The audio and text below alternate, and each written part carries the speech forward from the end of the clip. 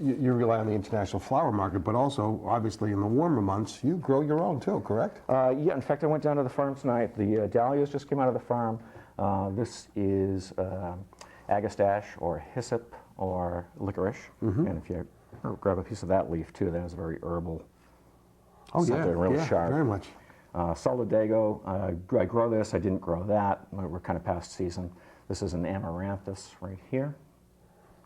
Hypericum. And over here, some of these accents. This is a miscanthus or giant grass. This is sorghum. And from the farm, from your location. Yeah, in fact, I just cut it tonight. It's also located on Plymouth Street. It is. We've got the farm right behind us. And that is 410 Plymouth Street, folks, right here in Middleboro. And the phone number is 947-0174 or toll-free 888-3-REYNOLDS.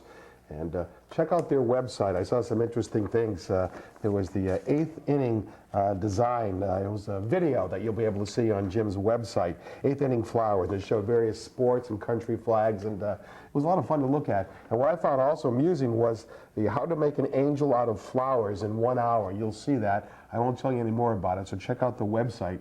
And which I really found was interesting. Also, Jim has a flower blog, some latest news and information about flowers. And I learned today that the October flower is Cosmos, or the Calendula. Am I saying that correctly? Calendula. Calendula, excuse me. Tomato, tomato. Okay, tomato, tomato, yes. Unless you're Dan Quayle, but it's beautiful, just taking shape lovely. Tell me what these are now.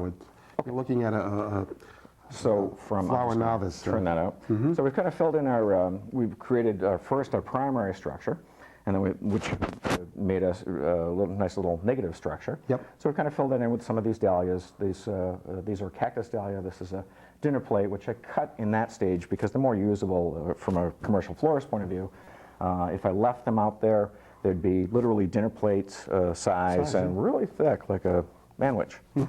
And this is two different types of dahlia, but the colors are fairly balanced. I've got the kind of the lighter lavender low, the darker, and the mass. And then, let me ask, excuse me, let me ask you a question again from a flower novice. The fact that they're encroaching upon each other, is that any difficulty with the flower? I mean, forgive me for asking a dumb question, but they are very close to each other purposely, or is that going to be detrimental to the flower? Close in proximity in the arrangement? Yes. No, not at all. If I'm, trying to speed through this just a little bit, I usually take a little more time and balance them out. But no, it's not a detriment. When you're growing cut flowers, of course, you want to get plenty of airflow so you don't have, mildew and mold and things like that. And let me ask you the age-old question, the old adage of putting an aspirin in aspirin, any sugar. Trick to that sugar, yeah. There's no harm. Okay. There's no harm. We provide every bouquet with a little packet of biocide. It's the biggest enemy with the flowers is bacteria in the water. And it's if you have the opportunity and you want to experiment, you receive a bouquet at home and you want to experiment, definitely take the flowers out and rework it yourself. Always give the flowers a fresh cut, and when you do, put a real sharp angle. Always in an angle. Yeah, don't cut them flat across. You want to really kind of open up so they're going to get a nice flow of water. Nice. It's kind of like the way a snake pulls its feed through. Stems do the same thing with water. They just have a kind of a constriction and draws. And watering it on top in the bowl, in the actual... yeah, either way is fine.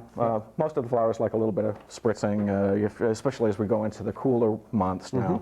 The houses are dry, so spritzing doesn't really hurt that much. It's really gorgeous, truly gorgeous. And I'm just going to... Yeah, we've got some time. We want to add another if you'd like. Add some more to it. So, reminder, folks, we're speaking with Jim Reynolds.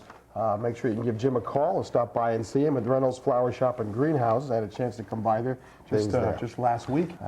Reynolds Flowers has been in business since 1964, and if you go onto their website, you'll see some of their old ads from the 60s, and I think there's one from the 70s there too. So, Jim is an accomplished floral designer. He's been on done a lot of speaking engagements. The folks in the Middleboro area may recognize Jim from speaking up at Oak Point on floral arrangements. So can we also give you a call if we'd like to get you as a guest speaker for an organization or a group? Absolutely. Great.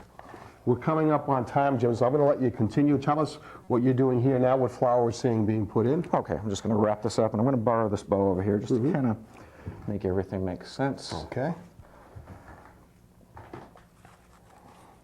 So essentially, We've got our primary setup, our secondary setup we talked about. We use the rose as sort of a tertiary accent flower. And then we start getting into less and less important flowers, but they add a little bit. You know, we talked about makeup, lipstick, eyeshadow, and all of that sort of thing. So, not that we wear it, but, you know, outside our, you know, the other.